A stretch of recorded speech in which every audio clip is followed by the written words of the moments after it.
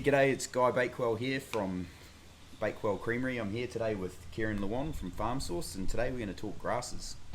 Yeah, thanks for having me, Guy. We're just going to basically use the Growing Great Results guide. It's our grass guide that we have at Farm Source. Rightio, Kieran. So how do we select a good paddock that we should be putting summer crops in and using that for regrassing? Right, so basically paddock selection is to do with a lot of things. If you're if you're regenerating a paddock for feed, so cropping for feed, basically location to the shed's probably important. Yeah, you don't want to be doing it way down the back of the farm with a crop of turnips and walking the cows way back there every day. You could do a bit of mixing up if you've got a couple of paddocks. Have one paddock down the back and three at the front, something like that. And yep. With turnips, you don't have to go to the same paddock every day. And same with chicory, so that's servicing a whole lot of paddocks around it. So yeah, there's that. Okay, so there's that would have an influence on your selection. Also damage, what paddocks need fixing, if they've had winter damage or whatnot. And grass species is probably the other thing. What paddock is lacking in a grass species. Yeah, so relative to how many times you've grazed it in the last season, whatever's hasn't been grazed. Low performance and some of them contouring as well is another thing. Yeah. But then it comes down to budget as well. So yeah, if it's going to be too costly, you're definitely going to leave that paddock out and just have that as the mongrel paddock. You can spend a lot of money, but at the end of the day, we've got to be profitable. So. That's it. You can throw money at it and end up with nothing. So obviously we're 3rd of March today. When's a good time to start sort of thinking and planning your new grasses for the season? Yeah, definitely now is a good time to start planning, but when to put it in, just that has a great, it's to do with the weather basically. We're basically waiting for it to rain maybe a couple of times, so second rain in. Alright, so how would you suggest that you prepare your soil for permanent pastures on a dairy farm? Right, so Guy, what I'm going to do is I'm going to start from the beginning. So in your situation, you put a crop in first, and that's what you did over the spring. So in Northland, that's the best way we do it. From the cropping part of it, we're going to basically we'll shoot our crop off, basically waiting for the rain, like I've mentioned before, letting the weeds and all the little grasses that we don't want, the summer grasses, to just kind of green up a bit, so that when we spray the glyphosate, that absorbs in the leaf. Cool, so what sort of cultivation would you recommend for the soil preparation? It's up to the individual, the farm and the soil type. So basically, I like to direct drill after a crop once I've sprayed out. You could mulch it and then direct drill. Yeah, I tend to agree with that. Like obviously the less you disturb the soil, the better. Yeah, and that's the way things are going. Less runoff if it rains, you get a heavy downpour, that's soil's going to be still tight and it's going to stay put. In some situations you may have to go in with the power harrow if there's been damage in the spring, basically with the tractor ruts, holes, basically you might have a few things that you might want to touch up in the paddock, so if you had a digger come through you may have to just do a bit of power harrowing here and there.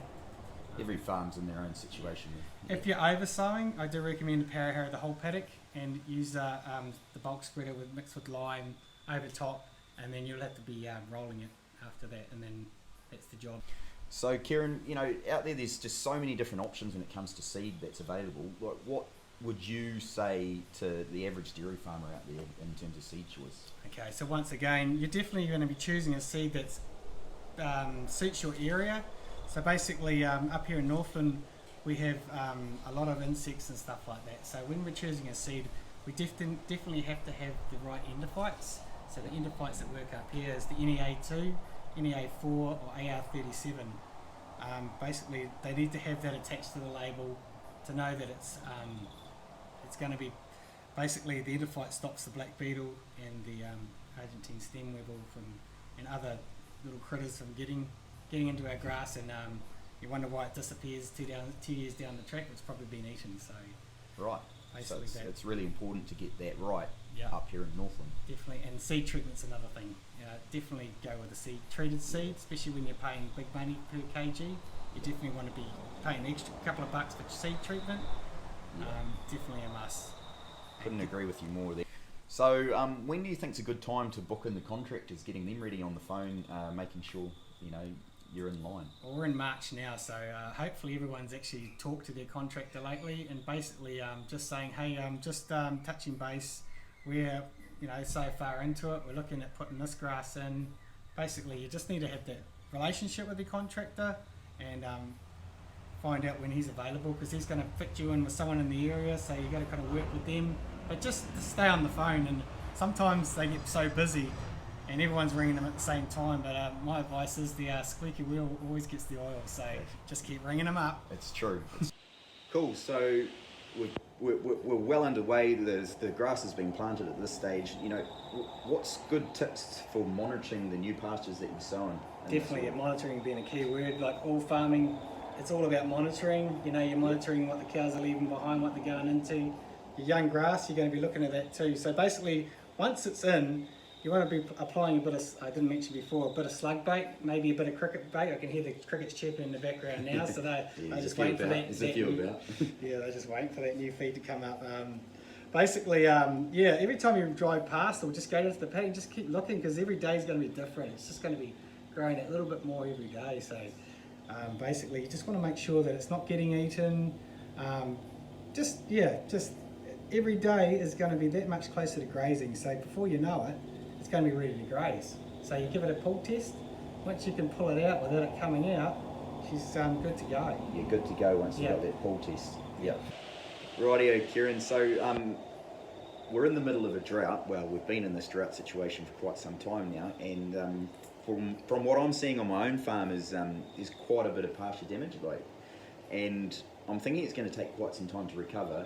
I'm thinking about doing a bit of undersowing, and I wanted to pick your brain on this. Is how am I going to get some good feed back so that I can actually get through the winter and actually get into next season with some feed in front of me? Yeah, there's all sorts of options with undersowing. You can go cheaper seed, untreated seed. Basically, we'll go treated seed. Well, that's it for another week of Bakewell Creamery. What's the yarn? I've really enjoyed the yarn that I've had with Kieran today.